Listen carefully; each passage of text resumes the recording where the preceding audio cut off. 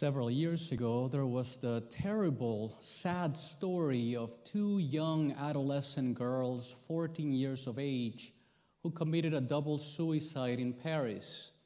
They jumped off of a building with their hands tied together, and inside the pocket of one of the girls, there was a message, and the message simply read, "Life is not worth living."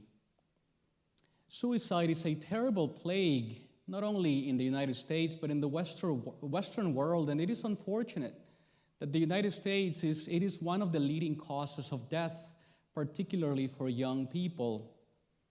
This became personal to me, or more personal, let's say. This past summer, my sister-in-law's nephew committed suicide. And it is sad to think that in a nation that has so many technological advances, so much scientific knowledge, so much wealth, it is unfortunate that we are losing the value of the most precious and beautiful gift that we have, the gift of life. Today is the first weekend of October. And during this first weekend of October, the U.S. bishops have called the entire church in the United States to reflect on this beautiful, precious gift, the gift of life. And so this weekend, we celebrate what we call Respect Life Sunday. In the gospel, we see clearly what happens when we don't respect life. To understand this parable in the gospel, we need to also understand the atmosphere of the time.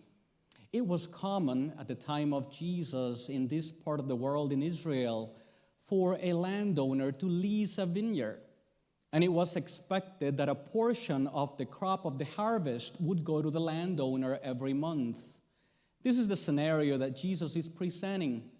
And so we hear that the landowner sends his servants, not once, but a couple of times to collect what is owed to him.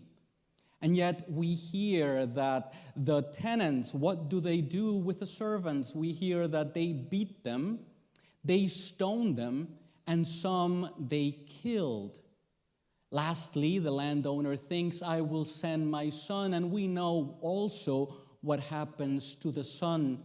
They kill him, thinking, "This is the one who will inherit everything. Let us kill him and let us seize everything." The meaning of the parable is obvious. We hear at the beginning of the parable, before Jesus told the parable, that this parable is addressed to the chief priests and the elders. So what Jesus is trying to say is that the slaves, his servants, the servants of this parable are meant to be the prophets. We know what happened to the prophets. For centuries they came to the people of Israel, and the religious leaders and the people either ignore the prophets, they imprison many of them, they beat several of them, and many others they killed as well. And we know, of course, what happened also to Jesus when he came, the Son, and we also killed him. And I suppose that it would be easy to point fingers at the religious leaders of Jesus' time and say, how dare they, how could they do this to the Son or to the other prophets? But I think this parable is meant for all of us. It's meant for all of us to help us to reflect on the meaning of life and for us to ponder, have we become the evil tenants? I mean, think about it. God has given us so much. Just like we heard in the parable that the landowner prepared the vineyard, he built a hedge around it, he built a tower, a winepress, and only after he had taken such great care of the vineyard, only then does he lease it to the tenants. And the same thing happens to us, doesn't it? We live in a beautiful world.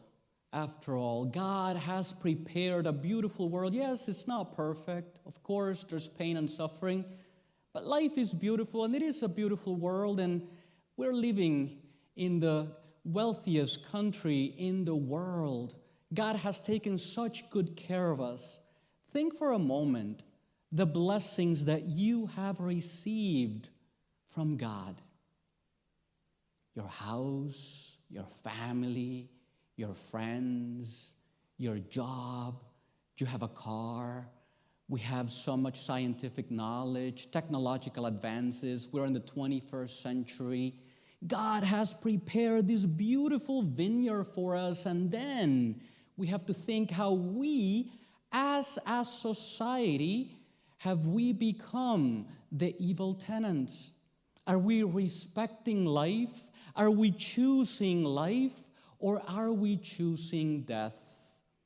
As we reflect on this weekend on Respect Life Sunday, we are called to remember that the church calls us to have a consistent ethic of life. To respect life, we say, from womb to tomb, from the very moment of conception until the person's final breath. And yet we know that unfortunately in our society, the case, that doesn't happen. It doesn't happen like that. To be pro-life is, of course, to oppose abortion, but we cannot stop there. That's only the beginning. To be pro-life is a lot more than just being pro-birth. Of course, we are to be pro-birth, but we have to go beyond that.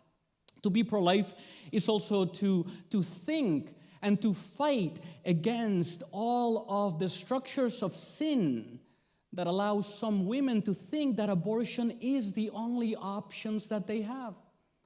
This is why this year the Archdiocese of Miami has come up with a program called Walking with Moms in Need. It is a program of accompaniment. It is accompanying women who are pregnant, letting them know that we are with them, that the church is with them, that we care. You will be hearing more about this and how to help and how to walk with these women from our Respect Life ministry in the next few weeks during this month of October. But to be pro-life, remember, is also to be caring and compassionate with women who have committed an abortion. Maybe somebody sitting here that has happened to them. Maybe somebody watching us online has committed this terrible sin.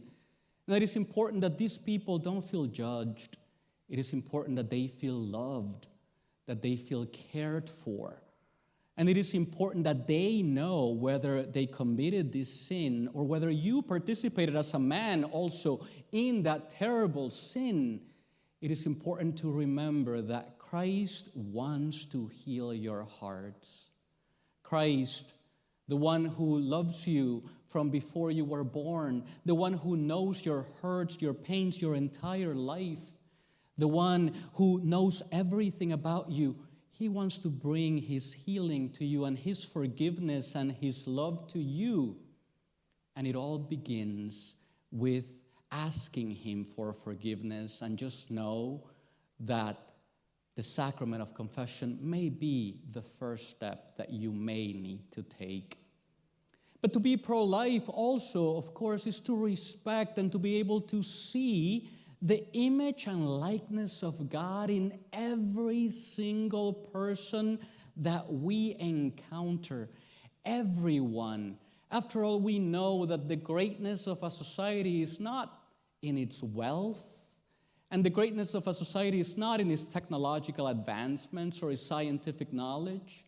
We know that the greatness of a society, as Gandhi would say, is how that society takes care of the least brothers and sisters. So a few questions for us to ponder is, how do we as a society, how do we as Blessed Trinity Church treat those undocumented immigrants? How do we treat the refugees, the elderly, the infirm, the destitute, the homeless? That is what it means to respect life. To quote this beautiful encyclical from Pope John Paul II, whose 25th anniversary we celebrate this year, The Gospel of Life, in Latin Evangelium Vitae.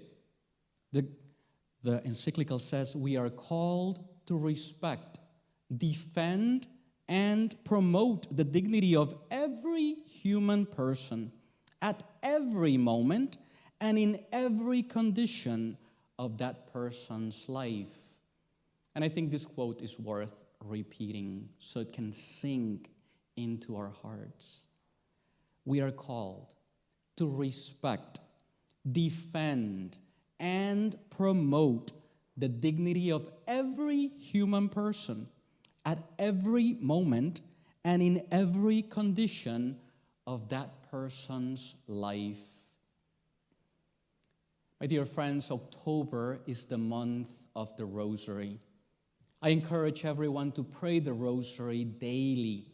And perhaps one mystery of the Rosary during this month, let us offer it for the respect of life in our society. Let us live this month very close to the Blessed Mother, remembering that Jesus chose to be born of woman, chose to be in the womb of the Blessed Mother to show us the sacrality and the beauty of human life.